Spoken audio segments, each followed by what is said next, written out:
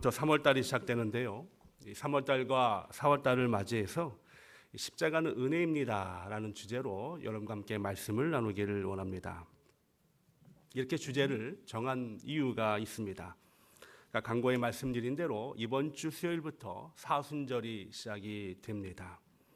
이 사순절은 우리 믿는 자들에겐 굉장히 중요한 절기 중에 하나입니다. 우리들은 이 사순절을 잘 지내야 합니다.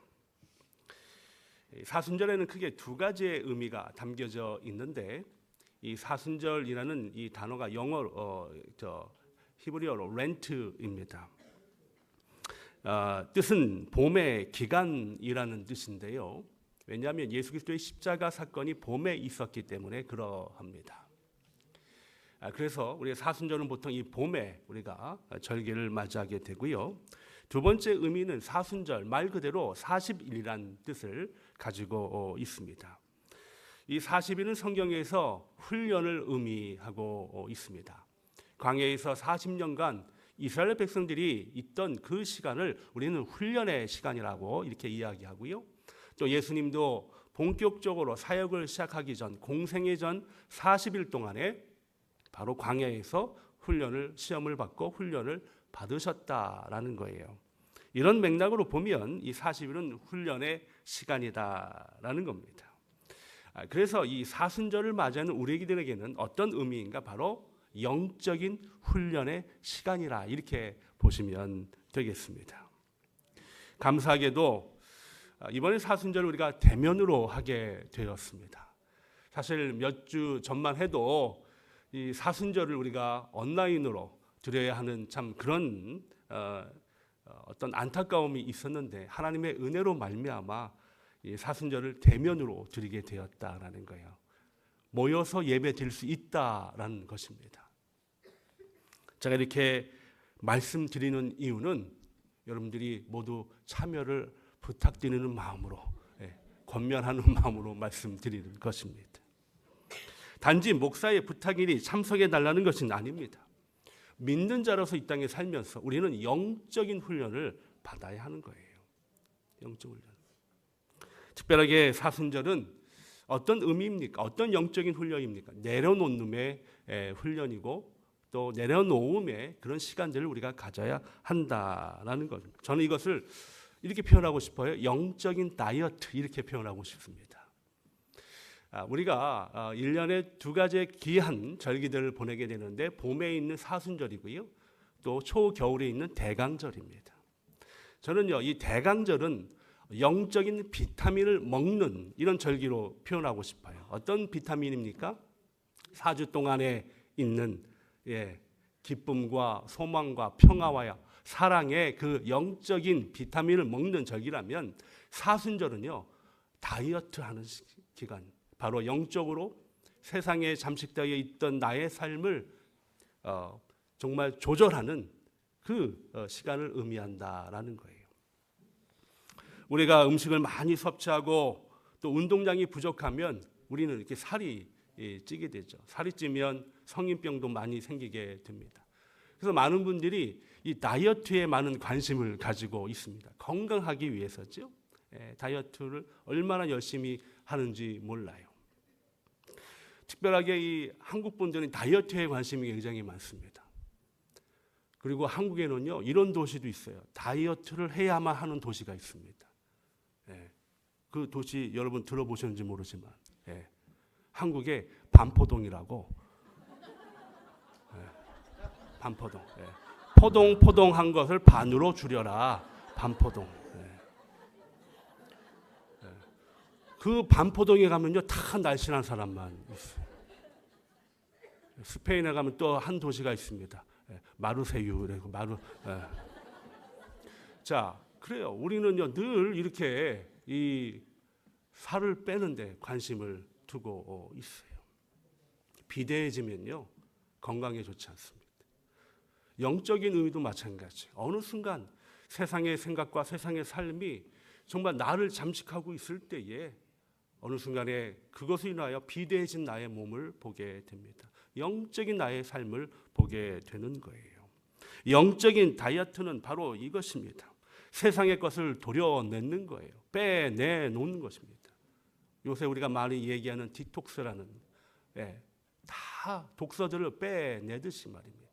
사순절의 의미가 거기에 있다라는 거예요. 이번 사순절에는요, 새벽 예배에는 제가 말씀드린 대로 이사야서를 통한 예수 그리스도의 흔적을 찾아서라는 주제로 우리가 말씀을 통하여 예수님을 한번 찾아가길 원하고요. 그리고 주일에는 십자가의 은혜라는 주제로 우리가 말씀을 좀 나누길 원합니다. 자, 이 은혜, 십자가의 은혜, 제가 은혜라는 설교를 좀 많이 여러분과 함께 나누었던 기억이 나요. 그래서 어떤 분들은 또 은혜가 주제인가라고 하시는 분이 있겠지만 우리가 이 땅에 살면서 늘 고백해야 될 중요한 단어가 바로 은혜라고 생각을 합니다. 그러니까 한번 은혜의 주제가 끝났다고 이제 은혜는 우리가 다 정리되는 것이 아니에요. 우리가 호흡하는 이 땅에 사는 동안에는 이 은혜가 늘 고백되어져야 되는 거예요. 마치 이것과 같습니다. 우리 5월 8일, 한국에서는 5월 8일을 어버이날이라고 부르지 않습니까? 5월 8일 날만 어버이에게, 아버지 어머니에게 사랑을 베푸는 것이 아니죠. 네, 우리는 일생에서 아버지 어머니를 바라보고 사랑을 베풀듯이 말입니다. 은혜라는 것은 한 기간에만 우리가 고백되어지는 것이 아니라 우리의 삶 속에서 늘 고백이 되어져야 된다는 거예요. 특별하게 우리가 이 은혜를 바라볼 때 십자가의 은혜가 얼마나 큰지 모릅니다. 십자가를 바라보면 우리는 첫 번째로 무엇을 기억해야 하는가? 은혜를 기억해야 되는 거예요. 그래서 이번에 우리가 이 십자가의 은혜라는 주제로 말씀을 나누기 원합니다. 여러분, 은혜는 무엇입니까? 제가 많이 여러분에게 말씀드렸어요. 구약적인 맥락에서 보면 은혜는 헤세드입니다. 헤세드라는 뜻은 뭐예요? 상상할 수 없는 하나님의 사랑을 표현할 때 헤세드라는 단어를 사용하게 되죠. 신약에서는 이 은혜를 카리스라고 이야기합니다. 이 카리스를 에베소서 2장에는 뭐라고 표현하냐면 하나님의 선물이다 이렇게 표현하는 거예요. 공짜로 주시는 선물이다. 그래서 이 구약과 신약을 합해보면 한없는 하나님의 사랑, 상상할 수 없는 하나님의 사랑을 우리에게 거저 준 것이 바로 은혜다라는 거예요. 바로 이번에 십자가를 바라보며 상상할 수 없는 하나님의 그 사랑을 우리에게 거저 준 귀한 은혜를 체험하는 저와 여러분 되시길 주의 축복합니다. 오늘은 첫 번째 시간으로요, 제목을 붙잡아 주시는 은혜라고 제가 잡아봤고요. 붙잡아 주신 은혜는 무엇입니까? 삶을 살아가다 보면 우리는 넘어질 때가 있어요. 또 유혹받을 때가 있습니다. 낙심될 때가 있어요. 무너질 때가 있어요. 그때마다 우리를 붙잡아 주시는 하나님의 은혜를 좀 나눠보기를 원한다라는 거예요. 이 귀한 은혜가 저와 여러분의 삶에 있기를 주님의 이름으로 축복합니다. 자, 첫 번째, 오늘 본문을 통해 주시는 교훈은 무엇인가? 첫 번째는 하나님은 우리의 길을 인도해 주시는 귀한 은혜를 베풀어 주신다라는 거예요. 우리의 길을 인도해 주시는 귀한 하나님. 오늘 우리가 나눈 시편 37편은 다윗이 쓴 시편 중에 하나입니다. 이 대략 주제는 이거예요. 뭐냐면 악인들은 형통하고 의인은 고통받는다라는 주제입니다.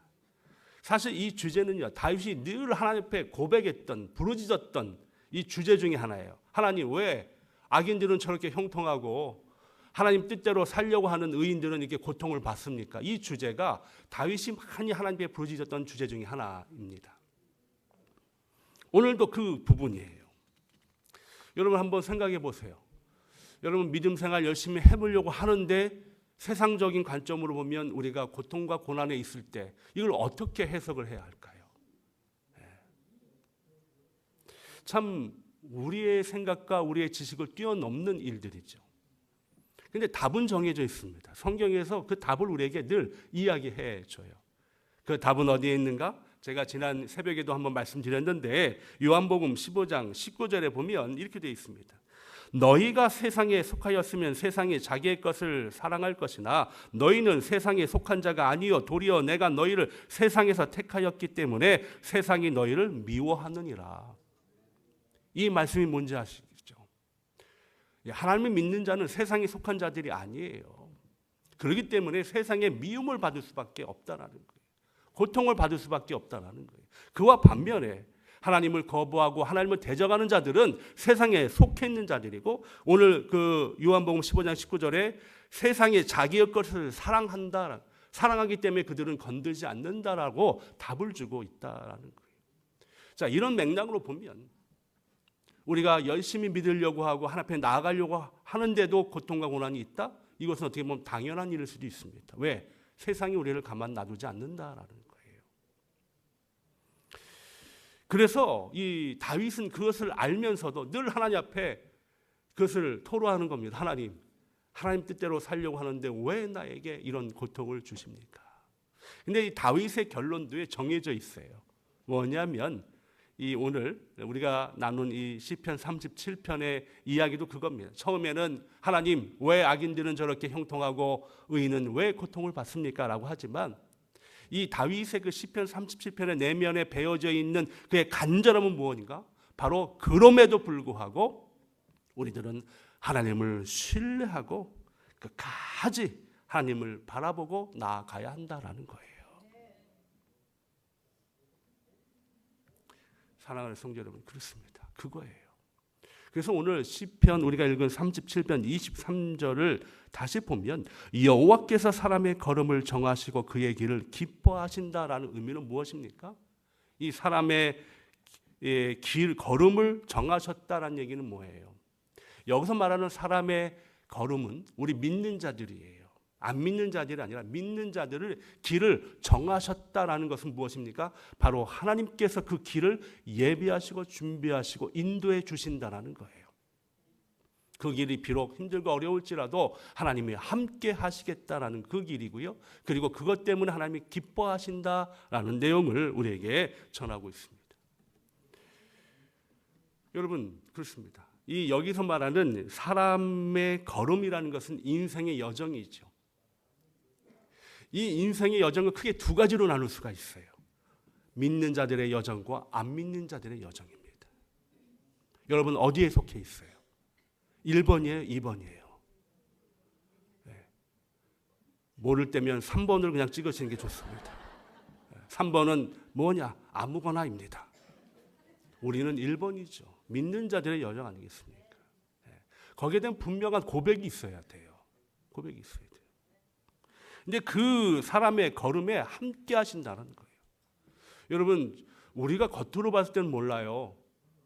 제가 이 전 세계 인구가 얼마나 되는지 너무 궁금해서 제가 찾아봤어요, 자료를. 그랬더니 2025년 2월 28일 이틀 전 그 기준으로 몇 명이냐? 82억 명입니다. 82억 명. 네.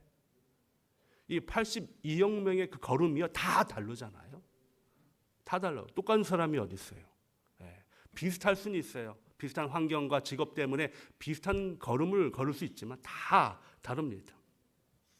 여러분들은 어떤 걸음을 걸으셨습니까? 다 다르지만 그러나 크게 보면 우리가 그렇게 나눌 수 있어요. 믿는 자들의 걸음과 안 믿는 자들의 걸음으로 나눌 수 있다라는 거예요. 만약에 우리가 믿는 자들의 걸음이라면 하나님을 끝까지 신뢰하고 우리의 상황과 환경에 관계없이 하나님을 바라보는 그 걸음이 되어야 한다라는 거예요. 그렇습니다. 하나님은요, 우리가 그 걸음을 걷기를 원하시는 거예요. 잠언 16장 9절에도 보면 이런 구절이 나옵니다. 우리가 너무나 잘 아는 구절이에요. 한번 읽어볼까요? 시작. 사람이 마음으로 자기의 길을 계획할지라도 그의 걸음을 인도하시는 이는 여호와죠. 이것이 하나님의 마음이에요. 우리가 믿는 자로서 이렇게 계획을 할지라도 그 걸음을 하나님께서는 하나하나 인도해 주신다라는 거예요. 그래서 우리는 그것을 믿고 나아가야 된다라는 거예요. 요만큼도 의심하지 말고 하나님을 신뢰하고 나아가야 한다라는 것입니다. 여러분 자녀들을 기르셨잖아요. 자녀들이 걸음마 할 때 우리 부모님들이 늘 하는 게 무엇입니까? 자녀들이 걸음마 할 때 그렇죠. 생각이 좀 너무 오래돼가지고 뭐 구구단을 외라 나누기 이렇게는 않을 거예요. 걸음마를 할 때 제일 먼저 하는 게 뭐예요? 오라는 거예요. 아빠한테 와봐, 엄마한테 와봐라는 거예요. 근데 그 아이가 뒤뚱거리면서 갈 수 있는 건 뭐예요? 바로 신뢰입니다. 나의 아빠, 나의 엄마라는 신뢰 때문에 그러는 거예요.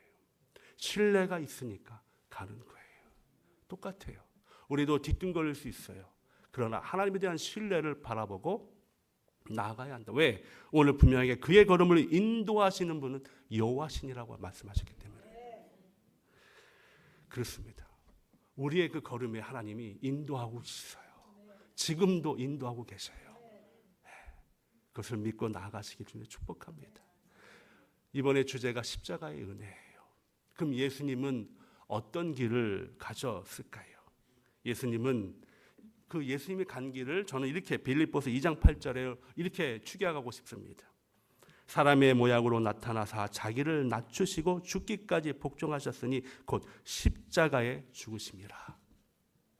이것은 예수님의 걸음입니다. 예수님의 여정이에요.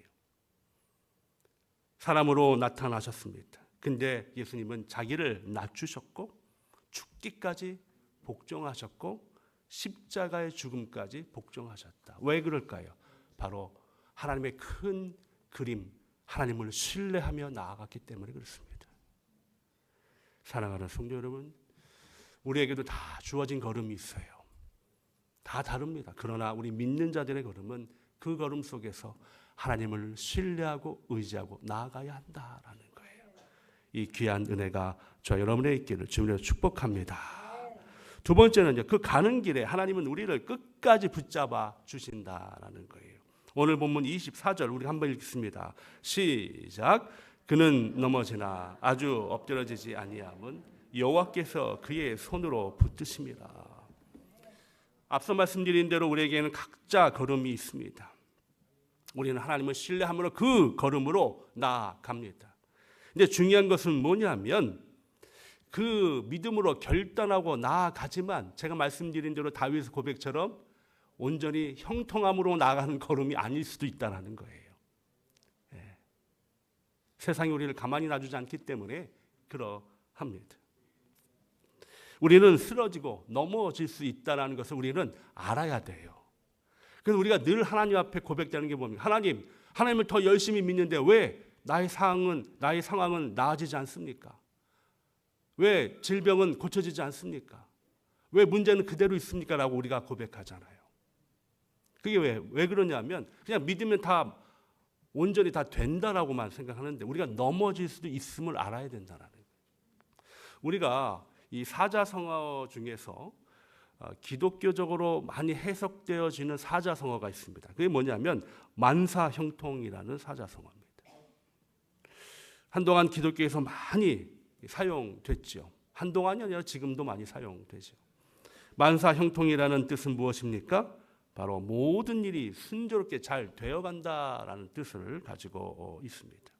근데 그것이 기독교에서 많이 사용되면서 이제 세속적인 이 모든 것이 순조롭게 된다는 뜻이 아니라 하나님의 뜻대로 살아갈 때 주어지는 축복을 의미하는 단어로 많이 사용돼요. 이것이 만사형통입니다.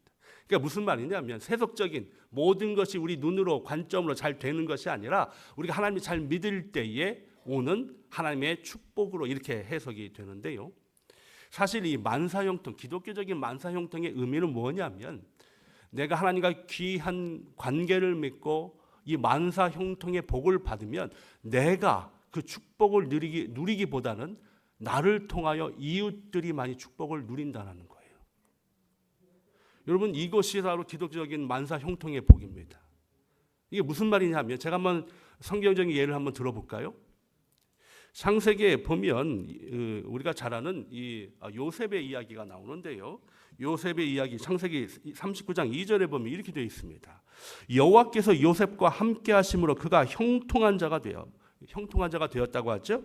그의 주인 애굽 사람 집에 있으니라고 되어 있습니다. 그러니까 요셉은 만사 형통의 복을 받은 거예요. 근데 그의 삶이 어떻습니까? 그 복을 누가 받았냐면 5절에 보니까 그가 요셉에게 자기의 집과 그의 모든 소유물을 주관하게 한 때부터 여호와께서 요셉을 위하여 그 애굽 사람의 집에 복을 내리심으로 여호와의 복이 그의 집과 밭에 있는 모든 소유에 미친지라라고 되어 있습니다. 그러니까 내가 만사형통의 복을 받았는데 실질적인 그 복을 누리는 건 누구예요? 주변에 있는 이웃이 누리고 있다라는 거예요. 그런데 어느 순간부터 이 만사형통의 이 의미가, 성경적인 의미가 이 복이 나에만 국한되어야 한다라고 우리는 생각하는 거예요. 이 복이 나에만 미쳐야 되는 거예요.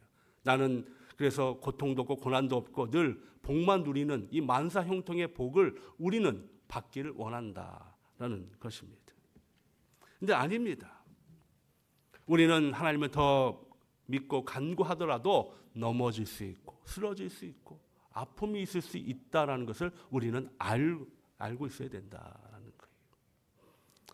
근데 중요한 게 뭔지 아십니까? 오늘 제가 이걸 나누고 싶어요. 넘어질 수 있어요. 쓰러질 수 있어요. 그런데 완전하게 엎드러지면 안 되는 거예요. 엎드러지면 안 된다라는 겁니다. 여기서 이 본문에, 오늘 본문에 그는 넘어지나 라고 되어 있습니다. 이 넘어진다는 히브리어가 바라으입니다. 바라으는 무엇이에요? 바로 이렇게 넘어지는 거예요. 영적인 실망, 시험, 낙담을 의미합니다. 그렇게 쓰러질 수 있어요. 근데 그 다음 단어가 굉장히 중요합니다. 아주 엎드려지다라는 거예요. 쓰러질 수 있는데 엎드려지다라는 이 단어는 로트드입니다. 이건 뭐냐면 일어나지 못하는 상태를 말하고 있는 거예요. 그래서 아주 엎드려지지 아니함은 이런 거예요. 다시 일어날 수 있는 기회를 주신다는 거예요. 그 얘기가 그 얘기 같고 저 얘기가 저 얘기 같지만 완전히 다릅니다. 여러분 그거예요. 넘어질 수는 있지만 다시 우리를 일으켜 주신다는 거예요. 누가? 하나님께서. 이것이 바로 우리를 붙잡아 주신 은혜라는 거예요. 넘어져 있으면 안 돼요. 우리가 쓰러질 수는 있으면 넘어질 수는 있어요. 근데 계속 넘어져 있으면 안 된다는 거예요. 제가 어렸을 때 봤던 권투 선수 중에 홍수환이라고 있습니다. 7전 8기로 유명하죠. 원래 7전 8기가 아니라 4전 5기로 4전 5기라는 건 뭐예요? 4번 넘어지고 5번 일어나서 이겼다는 거 아니겠습니까? 4번 다운됐어요. 그래서 4번 다운되니까 모든 사람들이 포기했는데 그가 다시 일어나서 승리행, 여러분 홍수환의 이야기 아실 거예요. 넘어져 있으면 게임은 오버입니다. 근데 다시 일으켜 세우시는 하나님의 은혜가 있다라는 거예요. 이게 무엇을 말합니까? 붙잡아 주시는 은혜는 뭐냐면 쓰러져 있는 나를 다시 일으켜 세우시는 하나님의 은혜라는 거예요. 저는 오늘 첫 시간에 이것을 여러분과 함께 나누는 이유는 그러합니다. 제가 말씀드린 대로 하나님을 신뢰하고 가는 길, 평탄한 길이 되면 얼마나 좋겠습니다만은 우리가 넘어질 수 있고 쓰러질 수 있어요. 그러나 다시 하나님의 손을 붙잡고 일어나야 한다라는 거예요. 여러분 십자가의 은혜가 그러합니다. 십자가는 사실은 넘어진 사건이에요. 고통과 고난의 정말 최악의 사건이 바로 십자가, 너무너무 고통 가운데 있는 사건 아닙니까? 그러나 하나님은 그 넘어진 십자가를 통하여 다시 일으켜서 우리에게 구원을 베푸신 귀한 놀라운 사건이기도 합니다. 이것이 바로 붙잡아 주시는 은혜다라는 거예요. 우리 사랑하는 주님 철치 성도 여러분들은, 저는 여러분의 상황을 자세하게는 모르나 혹 육신의 연약함 때문에, 자녀의 문제 때문에, 사업의 문제 때문에, 관계의 문제 때문에, 여러 문제 때문에 넘어져 있을지라도 오늘 우리에게 손을 베푸시는 예수 그리스도의 손을 붙잡고 다시 일어나는 귀한 은혜가 있기를 주님으로 축복합니다. 하나님은요 한 번도 여러분을 포기한 적이 없으세요. 지금도 여러분의 손을 붙잡기를 원하신다라는 거예요.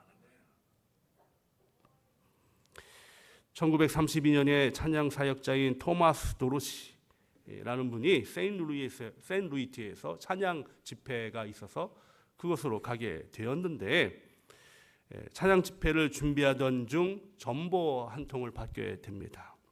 그 전보는 그의 아내인 네티가 출산 중에 사망했다는 전보입니다. 너무너무 안타까운 소식이죠. 급히 그는 자신의 집인 시카고로 돌아갔는데 더 아픈 것은 그때 출산한 아들이 얼마 후에 또 하늘나라로 가게 되었습니다. 그는 너무너무 절망에 빠져서 울고 또 울고 있었습니다. 그리고 하나님을 원망하며 하나님 앞에 부르짖기 시작했습니다. 근데 한참 후에 그의 마음에 잔잔한 하나님의 음성이 들렸습니다. 자신의 손을 붙잡으라는 하나님의 음성이었습니다. 그 절망 가운데, 모든 것이 정말 고통 가운데 있는 그에게 잔잔히 들려오는 그 하나님의 음성, 자신의 손을, 하나님의 손을 붙잡으라는 그 손, 그 소리였습니다. 그는 피아노로 달려가 그 심정을 가지고 작곡을 하기 시작했습니다. 그리고 찬양을 하기 시작했습니다. 그 찬양이 우리가 너무나 잘 아는 주님여 이 손을 꼭 잡고 가소서라는 찬양이었습니다. 이 찬양은 후에 마틴 루터 킹 목사님이 자주 집회 때 이 찬양을 많이 불렀습니다. 인권운동을 하면서 여러 가지 박해와 어려움과 고통과 고난에 있을 때 그때마다 주님여 내 손을 꼭 잡고 가소서라는 고백이었습니다. 이것이 바로 우리를 붙잡아 주시는 은혜입니다. 사랑하는 성도 여러분, 하나님 지금도 여러분 곁에서 하나님의 손을 내어 놓고 있죠. 그 손을 붙잡아야 합니다. 그래야만 우리는 다시 일어날 수가 있다라는 거예요. 이것이 바로 붙잡아 주시는 은혜입니다. 근데 오해하지 마십시오. 내가 붙잡는 것이 아니에요. 하나님은 결코 여러분의 손을 놓으신 적이 없어요. 지금도 잡고 계십니다. 그 손을 꼭 놓지 마시고 주님과 함께 나가는 귀한 은혜가 있기를 그러니까 주님의 이름으로 축복합니다. 주님만 내 도움이 되시고 주님만 내 빛이 되시는 주님만 내 친구 되시는 광야 주님 손 놓고는 단 하루도 살 수 없는 곳